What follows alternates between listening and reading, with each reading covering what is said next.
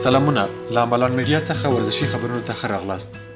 هلمند کې د روژې له لومړۍ اونۍ را په دې خوا په مرکز او یو شمېر ولسوالیو کې بېلابېلې ورزشي لوبې پیل شوې چې هره شپه د مختلفو سیمو سلګونه ځوانان د دغو لوبو لیدو ته ورتلل. تېره شپه د هلمند ولایت په لښکرګاه کې د فرینډ آف سی او نورسخي افغان لوبډلو ترمنځ د فوټسال جام سیالیو پایلوبه وشوه چې د فرینډ آف سی لوبډلې خپل سیال ټیم ته د 2-0 ماتې ورکړه او د تلوالۍ جام یې په خپل نوم کړ. د فوټسال کمیټې رئیس صدیق الله صدیقي په دې اړه جوړ شوو مراسمو ته وویل د دې لوبو موخه د فوټسال رشتې ته کار کول او دې رشتې ته د هیواد په کچه د ځوانانو ټاکنه ده. د نوموړي په خبره افغانستان د فوټسال په برخه کې غوره استعداد لرونکي لوبغاړي لري چې کولی شي د دې رشتې له لارې د هلمند او افغانستان نوم اوچت وساتي. د لوبغاړو ترڅنګ میدانونو ته ورغلي سیل کوونکي هم د یادو لوبو په ترسروي خوښ وو او ټینګار یې درلود چې ورزش ته د پاملرنه نور هم زیاته شي. په بادغیس کې د والیبال رمضان جام د بختر لوبډلې په بریا پای ته ورسید. په بادغیس کې د دې ولایت د بدني روزنې او ورزش امریت له لوري د والیبال رمضان جام سیالۍ بیګا شپه پای ته ورسېدې. پایلوبه د میهن او باختر لوبډلې ترمنځ ترسره شوه او په نتیجه کې باختر لوبډلې د 3-2 مقابل کې د بادغیس والیبال جام اتلولي په خپل نوم کړه. په دې پایلوبه کې پر ولایتي مسؤلانو سربیره سلګونه د والیبال مینوالو هم ګډون درلود. د پایلوبې د پای په مراسمو کې اتلې لوبډلې ته د اتلولۍ جام او د غرض د ټولو لوبډلو غوره لوبغاړو ته میډالونه ورکړل شول. له بادغیس اخوا په ننګرهار کې د ټیپ بال کرکټ رمضان کپ سیالیو پایلوبه مبارزو ځوانانو لوبډلې وګټله.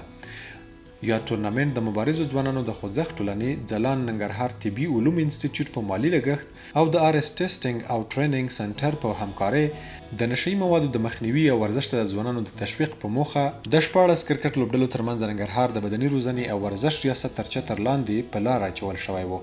د همدې ټورنمنټ پایلوبې ته د خالد لوبډلې او مبارزو ځوانانو لوبډلې لار موندلې وه. په پایلوبه کې پچه د خالد لوبډلې وګټله چې لومړی د بالینګ کولو پریکړه وکړه.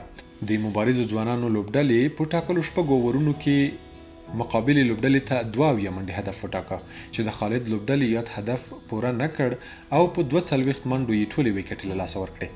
یا ټورنمنټ 15 ورځې دوام وکړ او په ترڅ کې ټول ټال 40 سیالۍ ترسره شوې.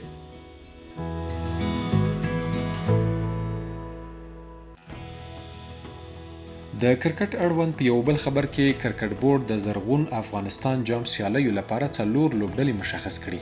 د افغانستان کرکټ بورډ اعلان کړی چې د روانې اپریل په 29مه به په خوست کې د زرغون افغانستان جام سیالۍ ترسره شي او د دې جام لپاره یې 4 لوبډلې هم مشخص کړي دي. دغه لوبډلې د حشمت الله شهیدي، نجیب الله زدران، رحمت شاه زرمتي او محمد هارون په لوبډل مشرۍ اعلان شوي او په ترکیب کې د ځوانو لوبغاړو ترڅنګ د کرکټ ملي لوبډلې لوبغاړي هم شامل دي. د افغانستان چټک او مجرب توپ اچوونکي نوین الحق د لومړي ځل لپاره د هند په IPL سیالیو کې د لوبېدو موقع ترلاسه کړه.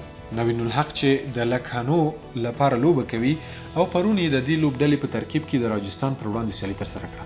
نوین الحق په 4 اورونو کې 19 منډې ورکړې او د سیالي لوبډلې هیڅ کوم لوبغاړی ونه سوځاوه. نوموړی د پرونۍ ښې لوبې په ترسره کولو سره د کرکټ نړیوالو مبصرینو له لوري ستایل شوی او یا د مبصرینو ویلي چې نوموړی د کرکټ په برخه کې ښه راتلونکی لري. په پرونۍ لوبه کې د نوین الحق د توپ اچولو سرعت له 109 تر 140 تثبیت شوی و.